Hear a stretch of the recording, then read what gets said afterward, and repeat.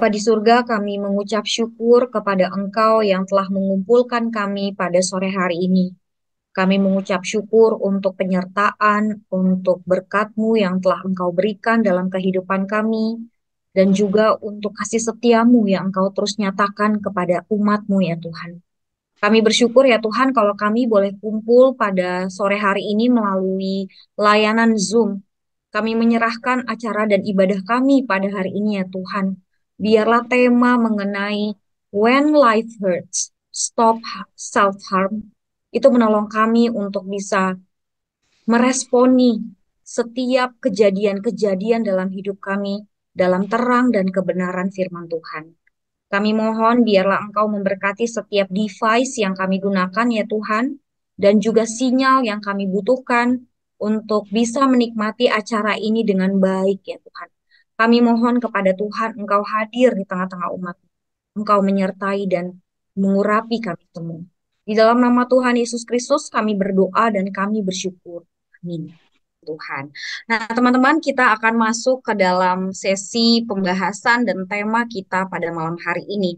Nah, sebelum saya akan eh, perkenalkan ya, saya akan memperkenalkan narasumber kita pada malam hari ini yaitu Kak Debbie Melani Suseno. Nah, Kak Debbie ini adalah seorang konselor di Yayasan Hope Counseling ya, Kak ya. Nanti Kak Debbie juga akan memperkenalkan dirinya sendiri. Silakan kepada Kak Debbie, dipersilakan untuk membagikan materi pada malam hari ini. Baik, terima kasih. Selamat malam semuanya. Ya, baik teman-teman remaja maupun juga ada orang tua, ada pembina remaja juga yang hadir di sini ya. Senang sekali bisa bertemu lewat Zoom ini. Seperti yang diperkenalkan Kak DP tadi, saya melayani di Hope Counseling Center di UPH Karawaci ya. Nah, tema yang kita akan bahas hari ini berkaitan dengan self harm ya. Izinkan saya untuk boleh share screen. Oke, Kak. Oke ya.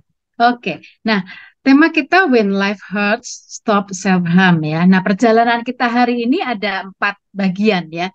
Yang pertama yaitu fenomena self-harm itu seperti apa sih?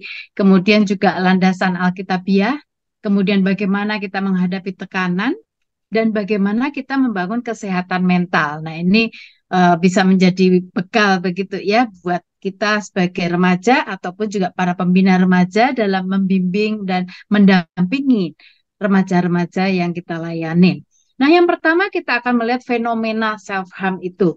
Nah, ini self-harm yang paling parah itu kan berkaitan dengan bunuh diri ya. Nah, dalam laporan kasus bunuh diri sepanjang setengah tahun ya, jadi Januari sampai Juni itu ternyata cukup banyak di Indonesia ini ya. Dan ada beberapa ini provinsi, 10 provinsi yang teratas begitu berkaitan dengan kasus bunuh diri ya.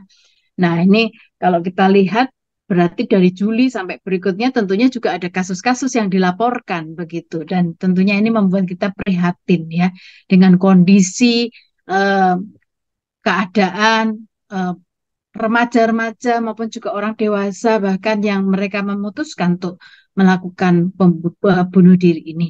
Dan dari hal-hal yang dilaporkan tadi, kasus bunuh diri yang dilaporkan tadi, ada 55% orang itu depresi ya. Jadi sebelum mereka melakukan ide bunuh diri itu, mereka itu mengalami depresi. Dan depresi ini ditandai dengan adanya perasaan sedih, murung, mudah tersinggung, begitu ya.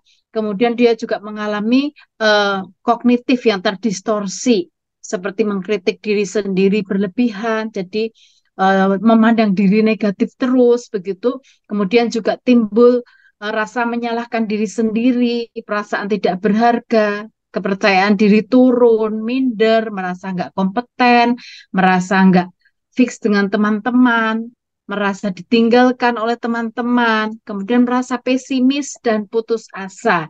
Nah, ini kalau kita mulai ada perasaan-perasaan seperti itu, kita perlu menyadari, waduh, ini jangan dilanjutkan nih, begitu ya, karena ini awal mula depresi itu muncul dari perasaan-perasaan begini, dan itu terus berkelanjutan. Nah, kalau kita lihat dalam kasus remaja sendiri, kasus remaja memang usia remaja ini adalah masa transisi dari anak-anak menuju dewasa. dan di mana mereka ini dituntut untuk beradaptasi dengan berbagai situasi yang baru. Ada tuntutan-tuntutan secara akademis, dituntut juga di dalam kehidupan keluarga, harus belajar jadi orang dewasa, seperti itu ya. Belum lagi kemarin lewat masa pandemi, itu paparan teknologi luar biasa.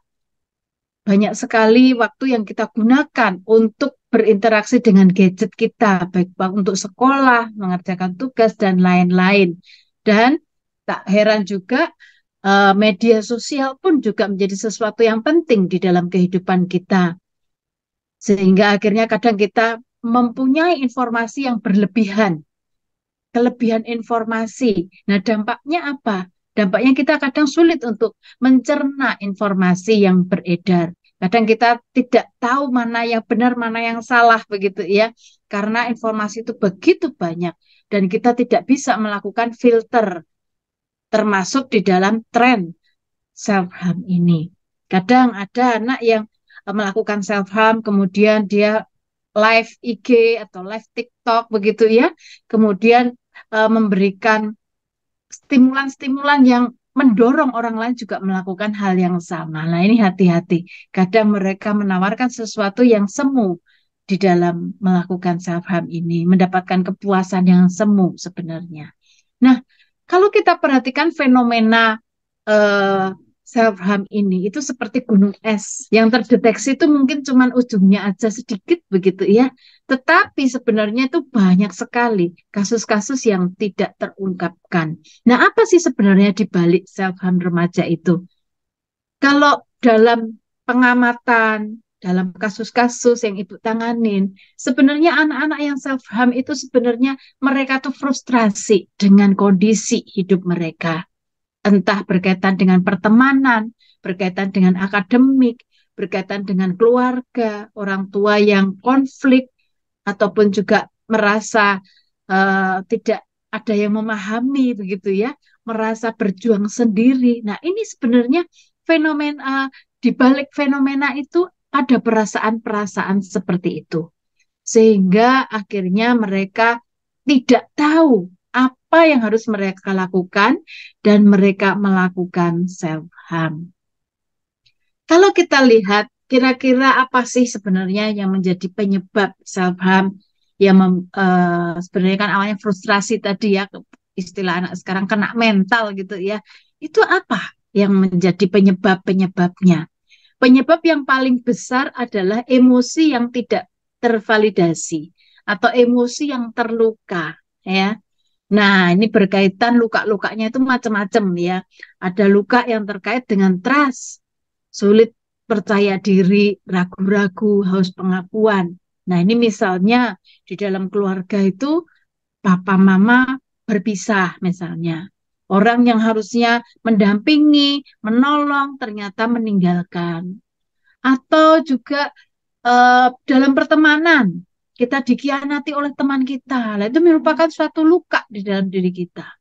Ya, jadi membuat kita kayak nggak percaya diri. Kenapa kok aku ditinggalkan? Apa aku kurang ini, kurang itu, begitu ya. Akhirnya mengkritik diri sendiri.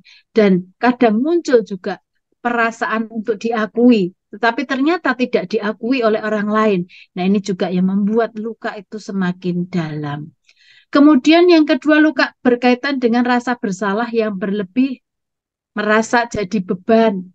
Nah, ini ditemukan bahwa banyak anak-anak remaja itu merasa jadi beban buat orang tua. Kenapa begitu? Karena setiap kali marah, orang tua mengatakan, kamu nih, ya disalah-salahin terus gitu ya.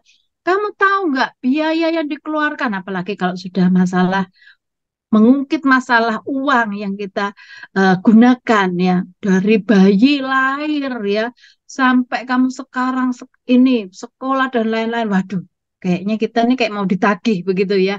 Suatu saat nanti kita harus bayar balik nih uangnya orang tua. Nah, itu membuat kita menjadi beban buat keluarga, merasa bersalah yang berlebihan.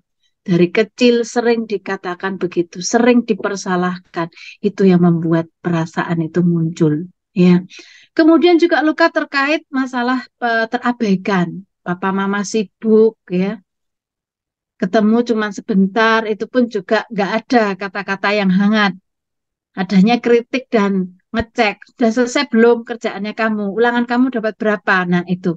Akhirnya anak itu merasa kurang kasih sayang, takut ditinggalkan, bergantung cenderungnya, merasa kesepian, dan kadang di dalam pertemanan rela melakukan apapun asal tidak ditinggalkan. Nah, ini muncul dari perasaan terabaikan tadi.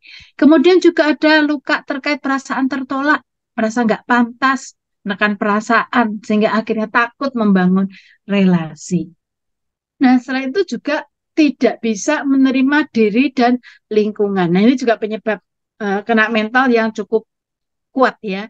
Karena sebenarnya kesehatan mental itu diawali dari penerimaan diri. Nah, ketika seseorang tuh tidak bisa menerima diri, cenderung membandingkan dengan orang lain. Wah, enak ya kamu begini, aku kok enggak gitu ya. Wah, kamu enak ya papa mama kamu sayang sama kamu, aku kok enggak. Wah, enak ya kamu bisa dapat nilai bagus, kok aku enggak. Nah, ini cenderung membandingkan, itu membuat dia cenderung mudah kena mental, tidak pernah puas dengan diri sendiri. Dan penyebab kena mental yang lain yang cukup signifikan juga yaitu peristiwa traumatik. Traumatik event ini bisa berupa bullying misalnya, ataupun juga adanya pelecehan secara fisik, secara seksual, secara emosional. Nah, itu banyak sekali peristiwa traumatik yang bisa membuat kita itu kena mental. Akhirnya frustrasi dan ngambil jalan terakhir gitu ya dengan melakukan self harm begitu. Nah, bagaimana persepsi Alkitab berkaitan dengan hal ini? Kita melihat beberapa ayat di sini ya. Ayat-ayat ini sungguh menunjukkan bahwa Tuhan itu mengasihi kita ya. Yang pertama dari Mazmur pasal 27 ayat yang ke-10. Di sini dikatakan, ini Mazmur Daud ya. Sekalipun ayahku dan ibuku meninggalkan aku, namun Tuhan menyambut aku. Daud mengalami perasaan ditinggalkan oleh orang tuanya.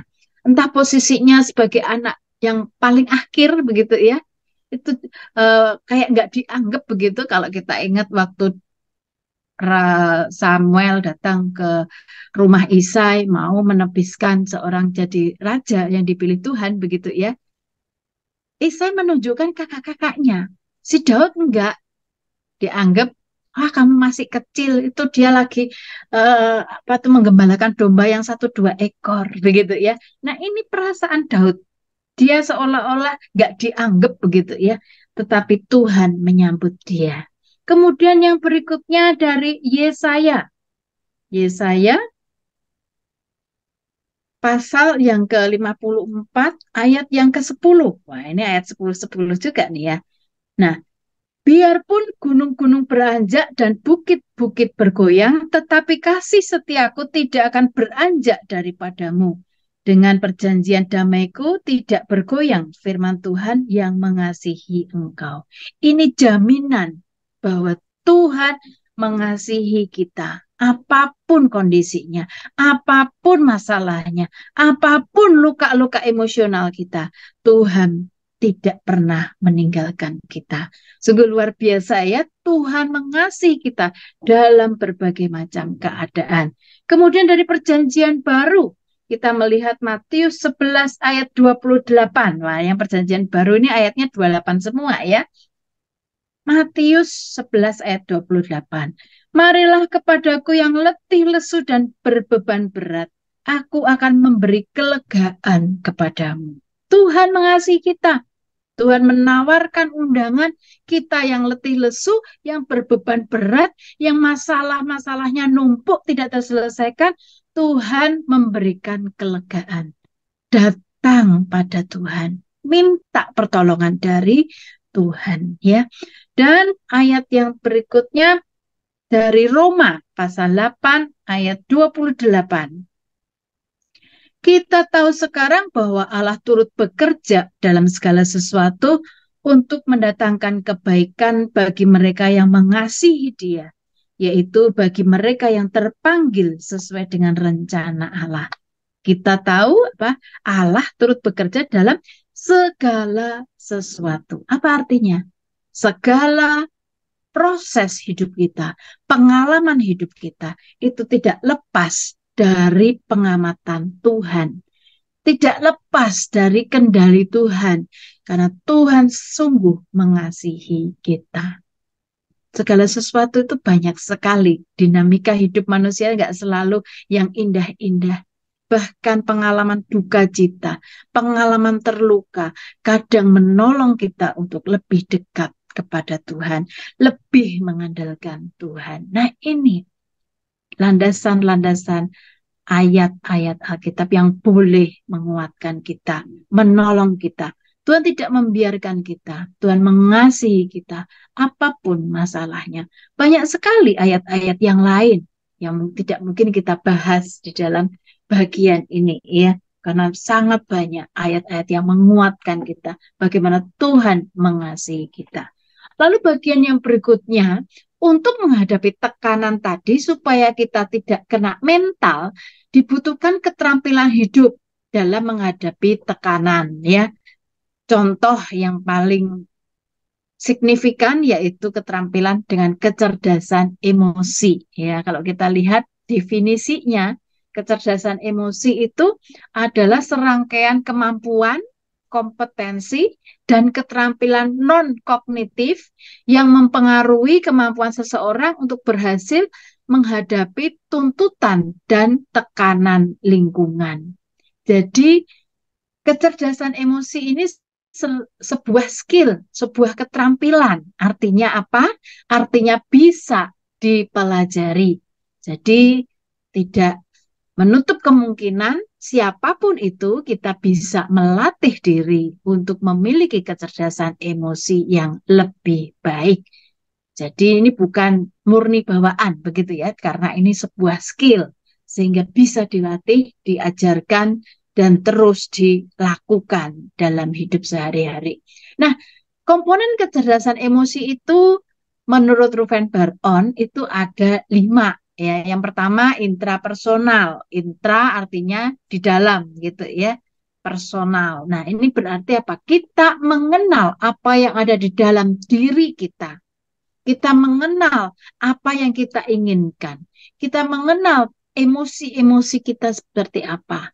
Kita juga bisa menghargai diri kita. Kita bisa menilai diri kita sesuai dengan kondisi yang objektif.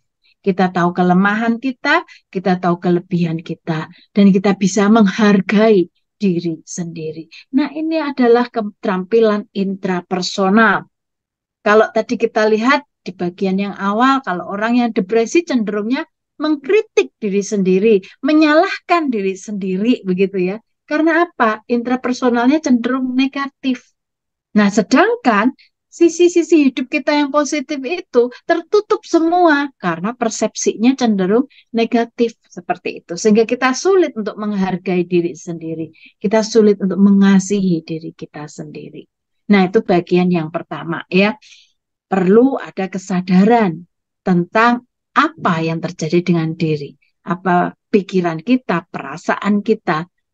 Kemudian bagaimana kita bisa menghargai diri sendiri. Bagaimana kita juga bisa tegas kepada orang lain begitu ya. Karena itu mungkin nggak sesuai dengan keinginan kita perlu berani berkata tidak seperti itu. Kemudian yang kedua, interpersonal. Nah, interpersonal ini adalah relasi kita dengan orang lain. Nah, di dalam bagian ini ada subkomponennya itu empati, ya, bagaimana kita bisa melihat perspektif uh, orang lain begitu ya, mengenali problemnya, tahu kenapa dia begitu, persepsinya seperti itu, dan kita juga punya tanggung jawab sosial ya, terlibat di dalam kelompok, punya kontribusi, dan kita juga bisa membangun relasi, mempunyai komunikasi dan lain-lain. Nah, ini bagian dalam interpersonal. Nah, biasanya orang yang depresi tadi juga cenderung menekan diri sendiri, sehingga dia tidak berani ngomong. Dia merasa dirinya itu negatif. dan dia juga memandang orang lain tuh negatif. Wah, nanti aku bakal disalahin. Aduh, kalau aku ngomong gini nanti bakal dikata-katain atau apa begitu ya, sehingga akhirnya negatif semua. Nah, ini kita perlu melatih. Kita perlu bisa menceritakan apa yang ada dalam diri kita. Kita perlu juga berempati kepada orang lain. Kemudian yang berikutnya kemampuan beradaptasi. Nah, di dalam kemampuan beradaptasi ini ada eh, kita mencoba hal-hal yang baru gitu ya, reality testing. Kadang pikiran kita itu cenderung negatif dan kita tidak mau melangkah mengubah begitu ya. Tapi kita mencoba di dalam kemampuan adaptasi ini untuk melakukan sesuatu yang baru. Di dalamnya juga ada komponen problem solving. Bagaimana kita menyelesaikan masalah-masalah itu. Kita bukan hanya menyelesaikan dengan lari begitu ya. Dengan udah nggak mau temenan sama dia lagi, tetapi kita menyelesaikan, menganalisa masalah itu, problem itu, kemudian kita menemukan alternatif solusinya. Kemudian ada manajemen stres. Bagaimana kita bisa bertoleransi terhadap stres dan bagaimana kita juga bisa uh, mengontrol keinginan kita. Biasanya keinginan yang mendadak-mendadak itu tanpa perencanaan itu akan menimbulkan stres-stres yang baru. Sehingga memang perlu mengontrol keinginan-keinginan itu supaya kita bisa punya planning gitu ya. Sehingga kita tidak terjebak di dalam kegiatan atau aktivitas yang mendadak-mendadak terus tanpa sebuah perencanaan. Dan yang berikutnya adalah pengelolaan mood. Nah, ini ada optimisme ya, mempunyai harapan ya, ini akan membuat kita juga bisa lebih tangguh menghadapi tekanan-tekanan tadi. Dan ada juga happy ya, kebahagiaan. Setiap kita punya hak untuk berbahagia ya. Jadi jangan ada yang mempunyai pemikiran kamu tuh tidak berhak bahagia ya, mungkin karena kita sering disalah-salahkan. Kadang ada orang, bahkan mungkin orang tua kita yang mengatakan kamu tidak berguna gitu ya, kamu nggak mungkin bisa bahagia. Nah, kita harus mengcounter pikiran-pikiran seperti itu. Karena apa? Setiap kita punya hak untuk bahagia. Nah, lalu selanjutnya bagaimana kita membangun kesehatan mental?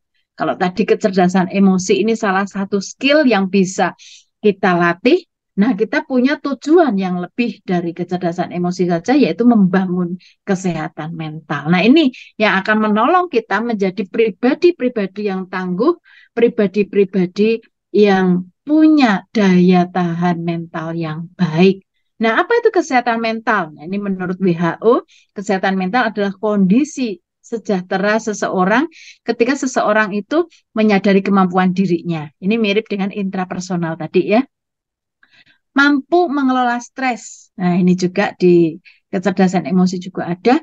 Beradaptasi dengan baik, ya, kemudian dapat bekerja secara produktif, berkontribusi untuk lingkungannya. Nah, ini sebenarnya tercakup semua dalam skill kecerdasan emosi tadi. Artinya apa? Ketika kita mau membangun kesehatan mental, kita harus melatih skill kecerdasan emosi tadi supaya kita bisa tetap teguh menghadapi tekanan-tekanan hidup kita. Nah, ada seorang yang bernama Carol D. Reeve ya, dia mendefinisikan kesejahteraan mental itu ya, psychological well-being itu dalam 6 dimensi. Yang pertama itu penerimaan diri. Ya, ini penting sekali karena tanpa penerimaan diri seseorang itu tidak bisa uh, memiliki kesehatan mental. Kemudian kemandirian. Kemandirian ini artinya dia bebas memilih. Dia bebas menentukan pikiran-pikirannya, ya. Dia tidak terikat dengan atau tidak terintimidasi dengan orang lain ketika dia akan memilih atau mempunyai pendapat sesuatu. Kemudian juga pertumbuhan pribadi, personal growth ini bertumbuh secara kepribadian, secara karakter. Nah, itu terus bertumbuh. Nah, ini yang perlu kita kembangkan juga ya. Kalau dalam Roma tadi juga Tuhan katakan apa? Tuhan turut bekerja dalam segala sesuatu untuk mendatangkan kebaikan dan untuk di ayat yang berikutnya supaya kita dibentuk semakin serupa dengan anaknya yang tunggal, begitu ya. Nah, itu pertumbuhan pribadi.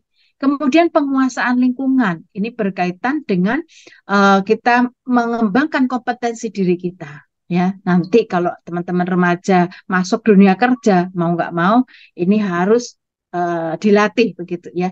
Kemudian juga hubungan positif dengan orang lain, relasi yang positif, dan memiliki tujuan hidup ya. Nah, bagaimana mencapai kesejahteraan mental? Nah, ini ada satu perikop yang perlu kita baca ya. Dari Filipi pasal yang keempat, Filipi pasal yang keempat ayat 4 sampai 9. Ibu akan bacakan ya. Bersukacitalah senantiasa dalam Tuhan, sekali lagi kukatakan bersukacitalah. Hendaklah kebaikan hatimu diketahui semua orang, Tuhan sudah dekat. Janganlah hendaknya kamu khawatir tentang apapun juga, tetapi nyatakanlah dalam segala hal keinginanmu kepada Allah dalam doa dan permohonan dengan ucapan syukur. Damai sejahtera Allah yang melampaui segala akal akan memelihara hati dan pikiranmu di dalam Kristus Yesus. Jadi akhirnya saudara-saudara, semua yang benar, semua yang mulia, semua yang adil, semua yang suci, semua yang manis, semua yang sedap didengar, semua yang disebut kebajikan dan patut dipuji, pikirkanlah semuanya itu. Dan apa yang telah kamu pelajari, dan apa yang telah kamu terima, dan apa yang telah kamu dengar, dan apa yang telah kamu lihat padaku, lakukanlah itu. Maka Allah, sumber damai sejahtera, akan menyertai kamu. Jadi ada beberapa poin di sini ya. Kesejahteraan psikologis itu dapat tercapai ketika kita tuh dipimpin oleh damai sejahtera Kristus. Ini ayat 7 dan 9 ya. Nah, damai sejahtera Kristus seperti apa yang memimpin kita itu? Bisa tercapai seperti apa damai sejahtera Kristus itu? Yang pertama ketika kita punya relasi yang dekat dengan Tuhan. Nah, itu ayat 6 ya. Nyatakanlah keinginanmu kepada Allah dengan permohonan dan ucapan syukur begitu ya. Jadi kita punya relasi yang dekat dalam kehidupan doa kita. Kita terus mengungkapkan apa yang jadi pergumulan-pergumulan kita. Kemudian juga relasi yang eh, dekat, positif dengan sesama. Itu ayat yang kelima. Hendaklah kebaikan hatimu diketahui semua orang. Artinya apa? Artinya kita tuh perlu menunjukkan kebaikan hati, perlu menunjukkan empati, menunjukkan relasi yang positif dengan sesama, gitu ya. Jadi relasi itu jangan dipenuhi dengan hal-hal negatif, selalu konflik, berantem gitu terus. Tetapi kebaikan hati kita perlu kita nyatakan dalam relasi itu. Kemudian juga bersyukur dan bersukacita. Ya, ini jelas sekali di ayat 4. Bersukacitalah senantiasa dalam Tuhan. Sekali lagi katakan, ini penegasan ya, bersukacitalah. Jadi apa? Happy ya. Kita berhak loh berbahagia, bahkan firman Tuhan juga menyuruh kita, mendorong kita untuk bersukacita, bersyukur. Nah, ini tadi sesuai dengan apa yang di kecerdasan emosi ya, happy, optimis. Nah, ini bersukacita, bersyukur, itu adalah bagian yang perlu kita miliki dalam hidup kita. Kemudian juga ayat yang ke-8 tuh memodifikasi persepsi ya Kak, di sini semua yang benar, semua yang ini, pikirkan semua itu. Jadi jangan pikiran-pikiran negatif, tapi pikirkan hal yang suci, hal yang manis, yang sedap didengar, yang disebut kebajikan, hal-hal yang baik, hal-hal yang positif begitu ya. Dan yang terakhir yaitu ini kata tegas dikatakan ini, lakukanlah semua itu. Nah, ini hidup terintegrasi antara iman dan perbuatan. Ketika kita menyimpan dosa, pasti kita mengalami kecemasan. Kita seperti dikejar-kejar, sehingga kita nggak bisa memiliki kesejahteraan secara psikologis. Tetapi ketika kita mengintegrasikan iman dan perbuatan, sungguh-sungguh itu tulus di hadapan Tuhan. Apa yang kita lakukan, apa yang kita katakan itu sungguh-sungguh cocok begitu ya. Nah, itu akan membuat kita memiliki damai sejahtera. Bagian yang terakhir di ayat 9 dikatakan, maka damai Allah sumber damai sejahtera akan menyertai kamu. Nah, ini kunci kesejahteraan mental bagi kita sebagai orang percaya. Kalau ada masalah, memang itu akan terus terjadi dalam hidup kita, tetapi jangan kita melakukan self-harm. Jangan kita segera putus asa. Jangan kita mudah frustrasi. Jangan kita merasa sendirian. Tapi kita memiliki keyakinan bahwa Tuhan mengasihi kita dan kita punya hak untuk berbahagia. Kita punya firman Tuhan yang terus menolong menguatkan kita. Kita punya kakak-kakak pembina yang mengasihi kita. Kita mempunyai guru-guru mungkin yang menolong kita. Kita memiliki eh, orang tua, ya. Kita memiliki teman-teman yang bisa menolong kita untuk tetap bisa bertahan di dalam kesulitan hidup kita. Nah, apa yang akan kita lakukan? Apa yang bisa dilakukan? Yang pertama tentunya libatkan Tuhan dalam setiap masalah. Yang kedua, ingat yang bisa menolong diri adalah diri sendiri. Ya, kalau kita ada keinginan untuk lepas dari pikiran-pikiran negatif dan keinginan untuk saham, siapa yang bisa menolong kita? Ya diri kita sendiri. Minta pertolongan dari Tuhan supaya kita bisa terus melangkah di dalam iman untuk kita bisa melewati masalah demi masalah dalam hidup ini dengan terus memuliakan Tuhan. Dan yang terakhir yaitu melatih skill kecerdasan emosi tadi untuk kita bisa mencapai kesejahteraan psikologis.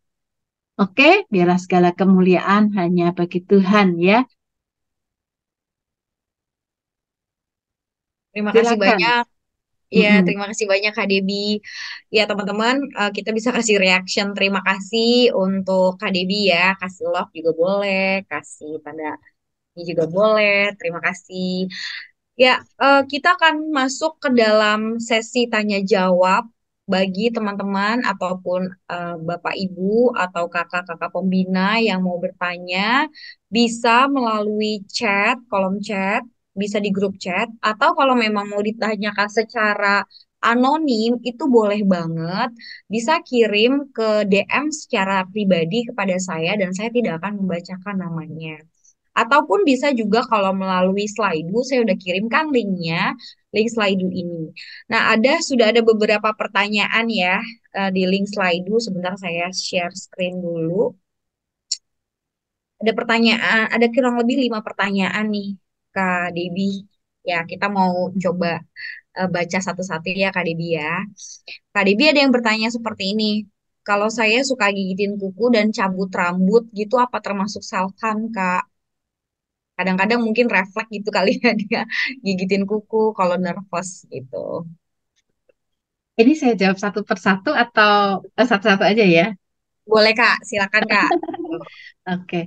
Nah, kalau masalah gigit kuku, cabut rambut, ini memang sebenarnya manifestasi kecemasan ya.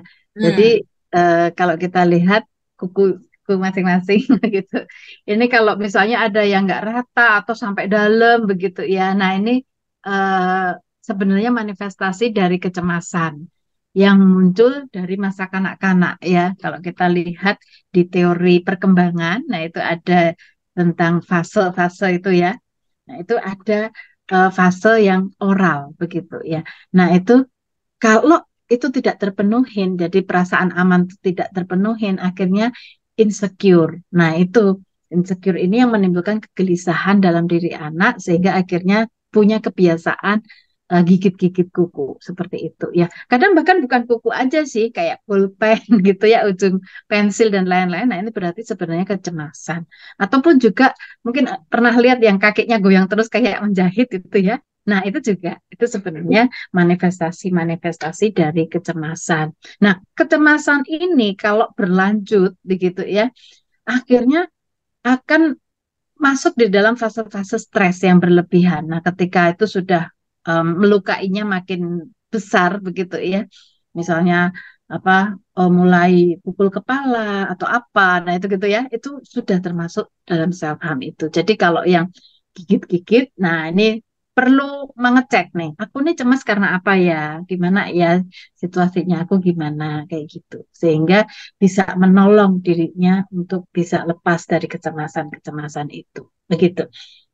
Kak, ada Oke. nggak sih Kak kalau aku mau lanjutin sedikit, ada nggak sih Mm-mm. manifestasi-manifestasi yang lebih positif gitu kalau lagi cemas, enaknya harusnya kita nih remaja atau kita semua kali ya, em, Mm-mm. mesti ngapain nih misalnya narik nafas kah atau Nah, Ngapain minum air putih anget atau apa?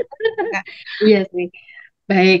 Nah, kalau untuk meredakan kecemasan, seperti tadi tarik nafas ya, di breathing ya, itu juga akan menolong lebih tenang ya.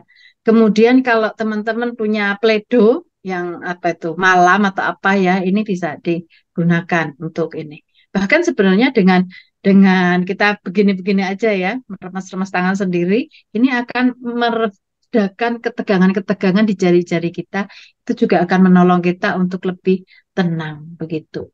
Sebenarnya ada teknik lain yang disebut five senses ya. Five senses itu lima panca indera. Jadi ketika kita mulai tegang, mulai cemas nih, nah kita fokus ke lima panca indera kita. Lihat misalnya, lihat apa yang kita hadapin, apa yang kita lihat, sebutkan ciri-cirinya gitu ya. Misalnya ini bolpen warna hitam, ada tulisannya apa ini gitu kan promosi ini atau bukan promosi. Nah, terus apalagi yang lihat, oh ada kertas misalnya, ada berapa lembar. Nah, itu sebenarnya mendistraksi kecemasan kita. Hmm. Nah, itu kita perlu itu ya. Terus misalnya pendengaran, misalnya kita dengar oh suara mobil, dengar suara AC misalnya. Nah, itu juga akan mendistraksi kita seperti itu. Kemudian misalnya posisi duduk gitu ya, kita rasain kulit kita bersentuhan dengan kursi misalnya, dengan lantai atau apa. Nah, itu juga fokus kepada bagian-bagian itu akan menolong kita untuk reda kecemasannya gitu. Ada orang juga yang kalau cemas tuh jalan muter gitu ya atau apa. Selama itu bisa menolong dia untuk meredakan kecemasannya, nggak masalah. Jadi sebenarnya masing-masing kita punya apa ya, punya cara sendiri ya untuk Ya, meredakan kecemasannya seperti itu. Misalnya minum air hangat atau minum teh yang wangi gitu ya dihirup dulu. Nah ini latihan juga kan ya itu ya itu berkaitan dengan indera penciuman kan. Nah itu juga bisa meredakan. Terus ada bau-bauan tertentu yang bikin kita juga lebih tenang gitu ya. Kalau minyak kayu putih misalnya atau ada parfum itu juga bisa menolong kita untuk tenang. Jadi memang tergantung kita perlu nyoba dan perlu cari strategi dulu gitu kan sebelum kecemasan itu melanda begitu. makasih banyak Kak Debi. Ini tips yang sangat praktis dan juga kita udah mulai bisa latih pelan-pelan ya Kak. Jadi ada Mm-mm. banyak cara supaya kecemasan kita itu nggak melukai diri kita atau nggak merugikan kita kelak ya.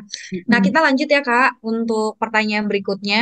Ini dia yang bertanya Kak, apa mood itu harus selalu enak ya gitu. Mungkin dia kan tadi mungkin kakak menyampaikan pengaturan mood ataupun mood yang harus dikelola kayak gitu kak.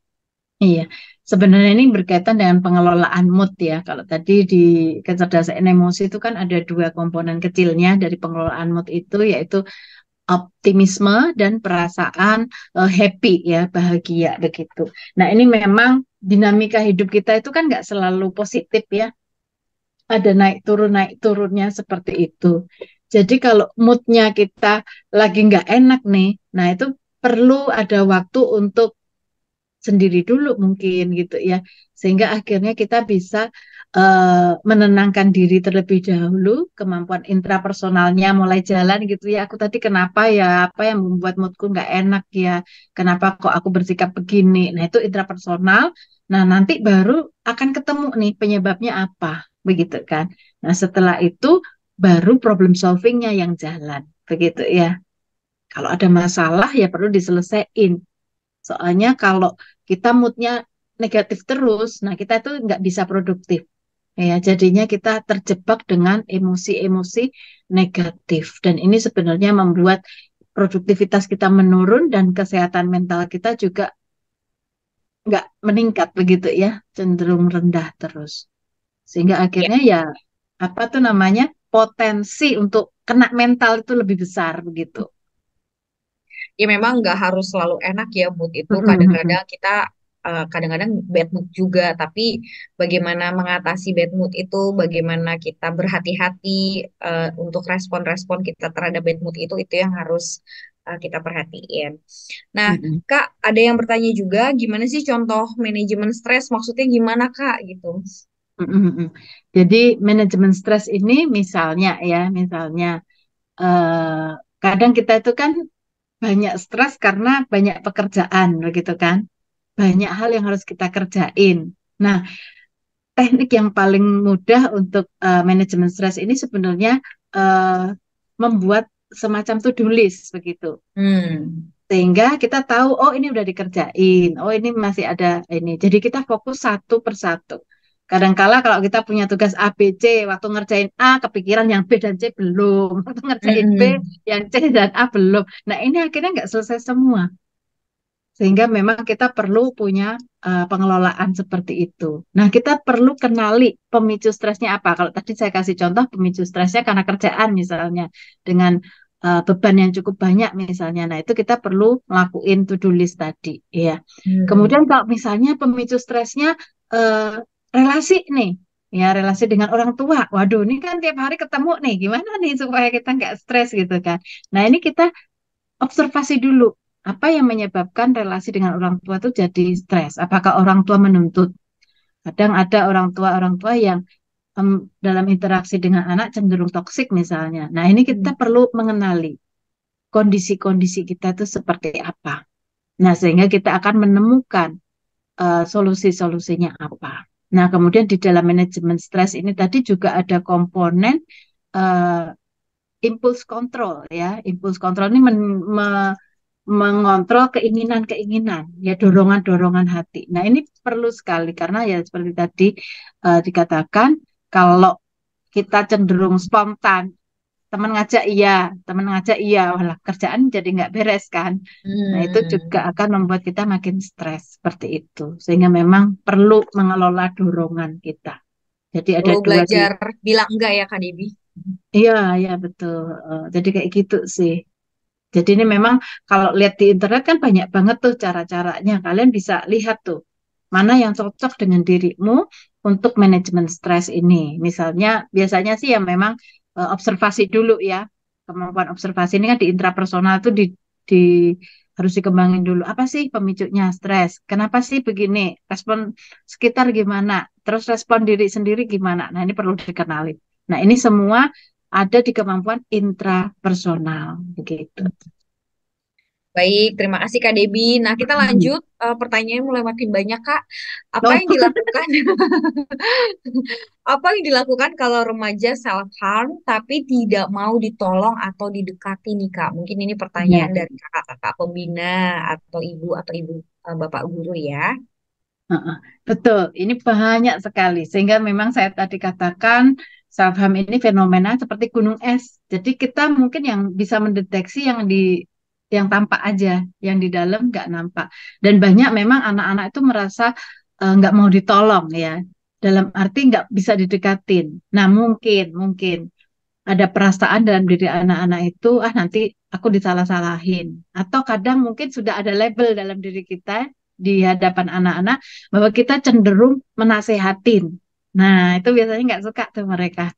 Kalau ah nanti dinasehatin nggak boleh dosa dikata-katain dosa, waduh itu yang membuat mereka nggak mau ditolong, nggak mau didekatin. Hmm. Sehingga memang pola pendekatannya mungkin lebih apa ya mencoba memahami mereka untuk lebih lebih jangan bawa eh, istilahnya dikatai dosa itu jangan jangan langsung dibawa begitu kan. Ya, ya. Biarkan Dirangkul dulu, dikasihi dulu, dirangkul dulu, pendekatan diterima dulu. dulu, begitu ya, Kak. Ya, didengarkan Kayak dulu. gitu.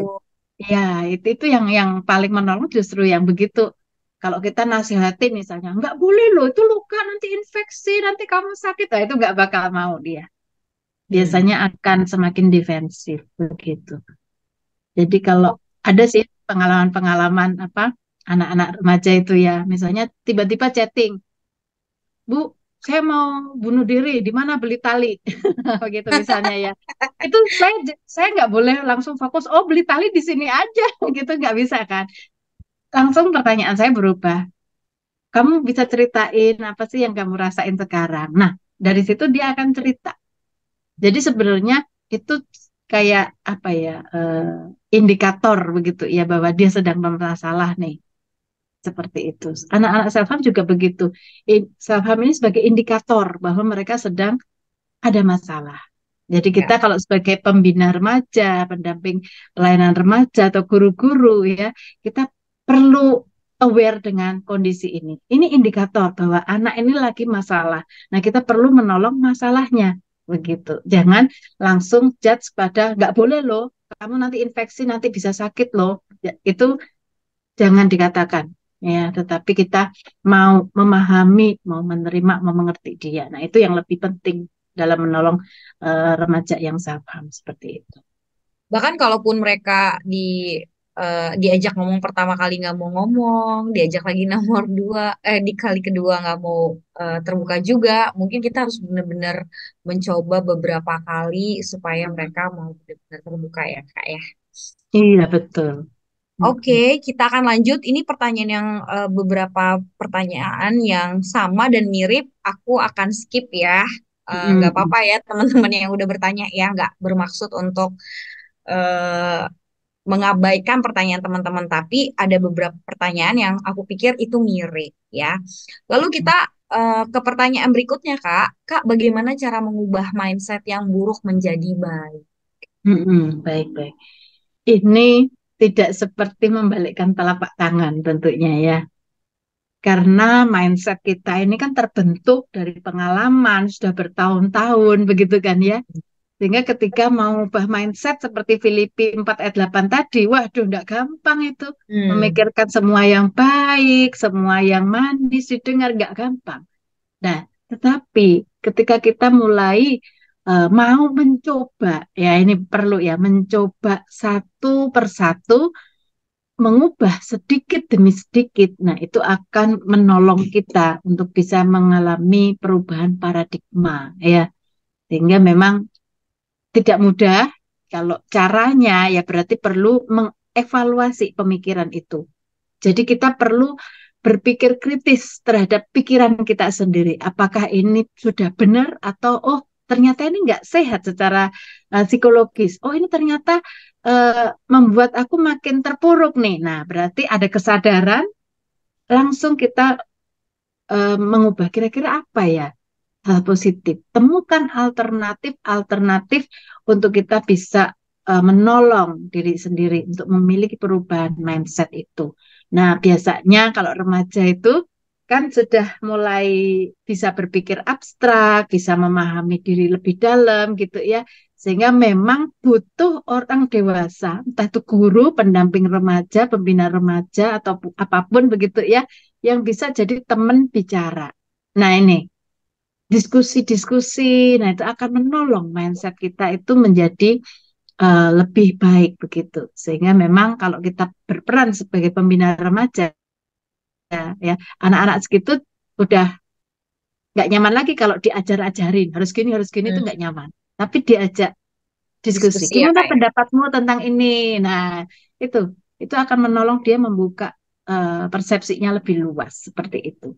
Nah, kalau kita yang sebagai remaja ya kita deketin kakak membina kita. Kak, kalau ini gimana nih Kak? Kak, kalau ini gimana? Nah, itu cara untuk kita bisa mendapat persepsi-persepsi yang lebih luas. Nah, nanti setelah itu baru mutusin, oh ini ternyata yang benar ini nih. Yang selama ini aku pikir ternyata keliru gitu. Misalnya kita Mhm. kadang memandang diri negatif karena bentuk fisik kita, gitu misalnya ya. Nah, tapi bagi orang lain oh, nggak masalah kok. Istilahnya kadang ada anak yang merasa dirinya gemuk, padahal sebenarnya nggak gemuk, begitu kan.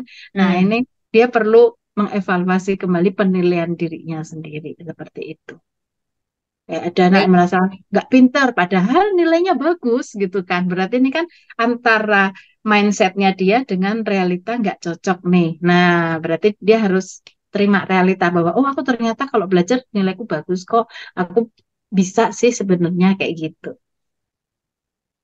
Baik, Kak Debi, terima kasih. Ya, pokoknya kita, adik-adik remaja jangan malu untuk tanya, jangan malu untuk tanya pendapat, tanya, terbuka untuk menerima masukan ataupun pendapat ya, Kak ya. Betul. Nah, kita lanjut, Kak. Ketika patah hati, apakah tidak selera makan dan makan lebih sedikit dari biasanya selama berhari-hari termasuk self harm, Kak? Oke. Nah, kalau ini Mungkin kalau dikatakan self harm nggak juga sih ya, tetapi karena ini fase lagi ngedown, memang itu ada sih perubahan-perubahan selera makan. Tapi jangan berlama-lama ya, ini berhari-hari ini kalau misalnya sampai 1 bulan, waduh, sampai nggak mau makan. Nah, ini ya termasuk melukai gitu ya, karena sudah merugikan diri sendiri. Tapi kalau cuma 1 2 hari nggak selera makan, tapi masih bisa makan dikit-dikit, itu belum sih. Jadi perlu dilihat efek ke fisik kita gimana, gitu ya. Sehingga eh, ya adalah fase-fase kalau lagi frustrasi itu nangis 2 hari misalnya, mata sampai bengkak. Setelah itu dia bisa menenangkan diri, ya dia pulih kembali seperti itu sih. Jadi, Ya, intinya jangan terlalu lama larut dalam uh-uh, rasa duka ya, Kak ya. iya. Jadi istilahnya kita pasti pernah jatuh, pernah ada masalah, tetapi kita perlu cepat bangkit kembali. Kita perlu melangkah kembali seperti itu. Baik, Kak, kita lanjut ya. Ada teman yang self harm karena sudah benar-benar putus asa, frustasi, sudah banyak berdoa tapi tidak ada perubahan. Apa Mm-mm. yang sebaiknya dilakukan sebagai orang yang care sama dia? Mungkin ini dia teman ya, Kak, mungkin bukan dia. Mm-mm. Ya. Gimana Betul. nih caranya nolong supaya temennya ini bisa merasa diperhatikan gitu, Kak? Iya, memang kalau yang self harm itu memang frustrasi, merasa nggak dipahami, merasa berjuang sendiri ya. Dan sebenarnya kalau problemnya itu tidak diatasi, ya dia akan terus terjebak di dalam siklus frustrasi itu sendiri. Kalau kita sebagai teman, mungkin kita dengerin dia, dampingin dia. Kadang kita kan nggak tahu ya solusinya untuk ngadepin masalah itu apa. Tetapi ketika dia bisa menceritakan masalah yang sedang dihadapin apa, biasanya dia tuh lebih lega begitu. Nah, ini memang kalau sebagai teman kadang kita nggak bisa menolong dia lebih lanjut, mungkin kita sarankan dia untuk ketemu pendamping remaja ya di gereja ataukah guru di sekolah seperti itu. Karena memang kadang kita nggak punya kapasitas ya untuk menolong teman yang sedang masalah, apalagi misalnya masalahnya keluarga, ini kan susah banget ya untuk nyelesain. Sehingga kita butuh orang yang lebih dewasa untuk menolong dia. Kalau misalnya butuh konseling, di Hope Counseling Center kita juga memberikan layanan konseling untuk secara online ya. Jadi mungkin bisa menghubungi eh, di Hope Counseling Center ataupun konseling center yang lain juga bisa seperti itu. Baik, terima kasih buat teman yang bertanya, yang sudah memiliki hati untuk mengasihi orang lain ya. Yang berikutnya, Kak, Kak, aku udah berusaha untuk stop self insecure, tapi pikiran insecure-nya masih selalu nongol. Gimana cara Mm-mm. untuk menghilangkannya, Kak? Oke. Nah, ini memang nggak semudah membalikkan telapak tangan tadi ya. Jadi memang perasaan insecure itu kan sudah bertahun-tahun juga di dalam diri kita ya, sehingga memang kita perlu mengidentifikasi. Langkah pertama itu mengidentifikasi. Identifikasi apa yang menjadi pemicu insecure-nya. Nah, ketika kita bisa mendefinisikan, mengidentifikasi insekuritas kita itu berkaitan dengan hal apa, nanti baru kita masuk ke observasi diri kita lagi ya. Kenapa hal itu muncul? Kira-kira kenapa? Gitu kan.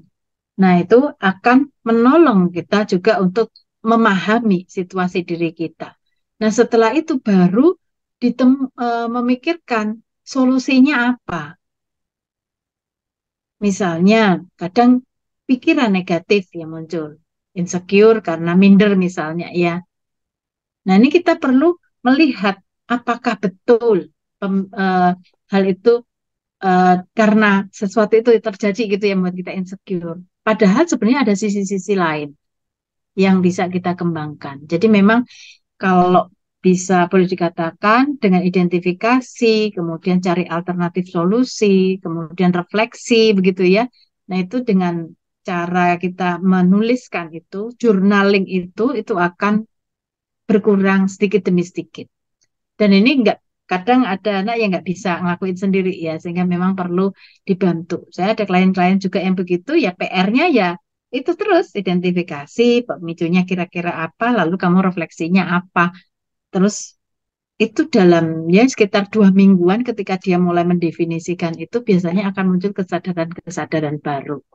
Dan itu untuk mengubah itu kan tidak mudah ya, sehingga memang perlu mencoba. Nah, kalau tadi di kecerdasan emosi ada reality testing. Nah, ini mencoba sesuatu yang baru itu, begitu.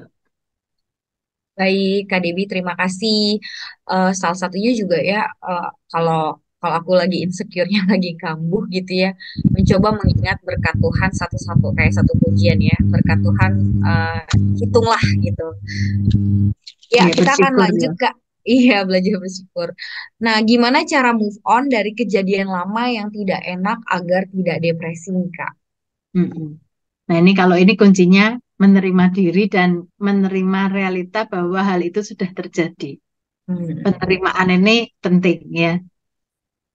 Kalau kita nggak menerima, nggak mengakui bahwa itu terjadi, nah itu kita akan gagal move on terus. Karena kita punya ekspektasi terus begitu ya. Tetapi ketika, oh iya, memang aku dulu pernah ngalamin begini, begini, nggak enak. Tapi itu sudah pernah dijalanin gitu ya. Sekarang aku akan melangkah dengan sesuatu yang baru begitu ya. Kalian mungkin pernah dengar lagu satu-satu yang aku sudah tak marah. Nah, itu tuh bagus banget itu. Itu untuk menolong kita bisa menghadapi trauma-trauma dan move on begitu ya. Tata Hmm. kembali satu-satu. Nah, ntar teman-teman kalau itu bisa dengerin kembali lagu satu-satu ya. Saya bukan promosi.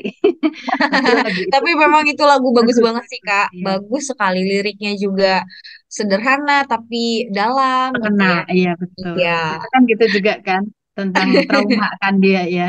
iya. Belajar menerima bahwa ada hal-hal yang memang tidak menyenangkan dalam hidup, ya tidak apa, itu sudah berlalu dan kita harus menatap masa depan. Itu pesannya bagus sih ya. Iya. Ya Kak, sebelum saya menanyakan, membacakan pertanyaan terakhir, ini saya mau ke chat di Zoom meeting dulu ya Kak ya. Ada pertanyaan dari Bapak, sebentar, Pak Septin, tadi kan sudah ditanyakan ya, pertanyaan pertama mengenai kuku tangannya. Jadi Bapak Septin ini Kak bertanya, anak saya umur 11 tahun, menjelang 12 tahun, dia punya kebiasaan kalau lagi nonton, senang sekali gigit kuku. Apakah bagian itu bisa dikategorikan sebagai kecemasan berlebihan? Ya mungkin Kak Dewi bisa eh, ulang sedikit. Mungkin tadi Pak Septin belum sempat join kali Kak. Iya. Iya, ini memang kalau berkaitan gigit-gigit itu ya, itu berkaitan dengan ada kecemasan begitu ya, sehingga memang kadang perlu ditanya sih kalau anak umur 11 berarti kan kira-kira kelas 5 6 gitu ya, kelas 6 kali ya. Itu kan udah mulai pra-remaja. Itu ditanya kira-kira ada kesulitan apa. Kayaknya kita mulai berperan jadi temen deh buat anak-anak kita ya. Sehingga mereka tuh mau menceritakan. Tapi kalau kita eh, cenderung banyak menasehati, biasanya anak-anak tuh nggak mau, nggak mau deket sama kita. Karena nasihat itu kadang menjadi penghakiman buat mereka. Seperti itu. Nah, ini untuk kakak pembina, orang tua, ataupun guru gitu ya. Dengan anak remaja mungkin model bicaranya lebih beda daripada dengan anak-anak. Kok remaja biasanya lebih nggak suka dinasehatin, tetapi lebih ditanya, kalau menurut kamu gimana begini, kayak gitu. Jadi posisinya setara dengan mereka. Nah, ketika anak bisa menceritakan kecemasannya apa, nah itu akan menolong dia untuk bisa lebih tenang, seperti itu biasanya. Baik, Eh, saya akan bacakan pertanyaan terakhir. Mohon maaf untuk rekan-rekan yang sudah bertanya lebih lanjutnya. Kita tidak memiliki waktu lebih banyak. Saya akan bacakan pertanyaan kita yang terakhir. Bagaimana Kak cara aku berhenti membandingkan diri dengan orang lain dan memulai untuk menerima diri sendiri? Karena aku Hmm. lagi kesusahan dalam menerima diri sendiri. Mhm. Oke, ini banyak sekali kasus-kasus berkaitan dengan anak remaja yang membandingkan diri ya. Nah, ini memang tidak lepas dari persepsinya terhadap diri itu cenderung negatif. Atau mungkin orang sekitar juga mengharapkan dia seperti orang lain, begitu ya. Biasanya orang tua kan ada yang ngomong, ih kamu kok nggak kayak ini, nggak kayak anaknya ini yang pandailah apalah gitu kan. Nah, itu membuat dia juga semakin minder seperti itu. Sehingga memang proses penerimaan diri ini memang harus dari dirinya sendiri. Seperti tadi saya katakan, yang bisa menolong diri adalah diri sendiri. Kalau dia nggak bisa menerima diri sendiri, siapa yang bisa menyayangi dia gitu kan? Jadi memang perlu menerima sisi-sisi positif dalam dirinya. Jadi kalau tadi cenderung membandingkan, coba ditulis. Membandingkan dalam hal apa? Kemudian coba lihat dalam dirimu. Sebenarnya kamu gimana? Kompetensinya bagaimana? Sebenarnya kita nggak berhak membandingkan apple to apple sama orang. Karena itu nggak ada orang di dunia ini yang sama persis gitu kan, nggak ada. Jadi setiap kita punya keunikan masing-masing. Nah, ini yang perlu dipahamin begitu. Kira-kira Baik, seperti Kak. itu. Oh ya, baik Kak. Terima kasih banyak ya, Kak Debi. Ya, rekan-rekan dan Bapak Ibu dan kakak-kakak pembina, kita sudah selesai nih untuk sesi tanya jawabnya. Terima kasih untuk pertanyaan yang telah diberikan. Mari kita beri aplaus buat diri kita semua yang telah bertanya dan telah meluangkan waktu untuk benar-benar ngikutin sampai akhir ya. Terima kasih banyak juga untuk Kak Debi yang sudah memberikan jawaban, menjelaskan, dan juga memberikan materinya. Nah, saya akan kembalikan kepada Kak Jeffrey untuk acara yang lebih lanjut. Silakan kepada Kak Jeffrey. Baik, terima kasih Kak DV. Terima kasih untuk Kak Debi. Makasih buat teman-teman remaja yang sudah hadir. Tuhan berkati. Nah, eh, kita ada informasi. Ya, kami dari Scripture Union Indonesia mengucapkan terima kasih banyak Kak Debi untuk pelayanannya, Kak Debi Melani Suseno. Ini yang kedua ya. Seingat Kak Jeffrey itu tahun lalu, Kak Debi pernah membawakan tentang bullying. Ya, bagaimana apa yang harus kita lakukan kalau kita mengalami bullying gitu ya. Atau mengapa kita nggak boleh melakukan itu ya. Dan KDB tampil lagi, melayani lagi. Makasih, Tuhan berkati. Kita beri pros buat Kak Debi. Terima kasih. Ya, pengumuman berikut.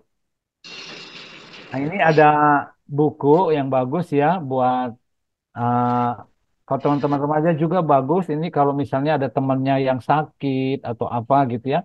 Atau di sini ada kakak-kakak pembina. Kalau ada temannya yang sakit, yang mungkin ada keluarganya. Buku ini sangat menguatkan gitu ya.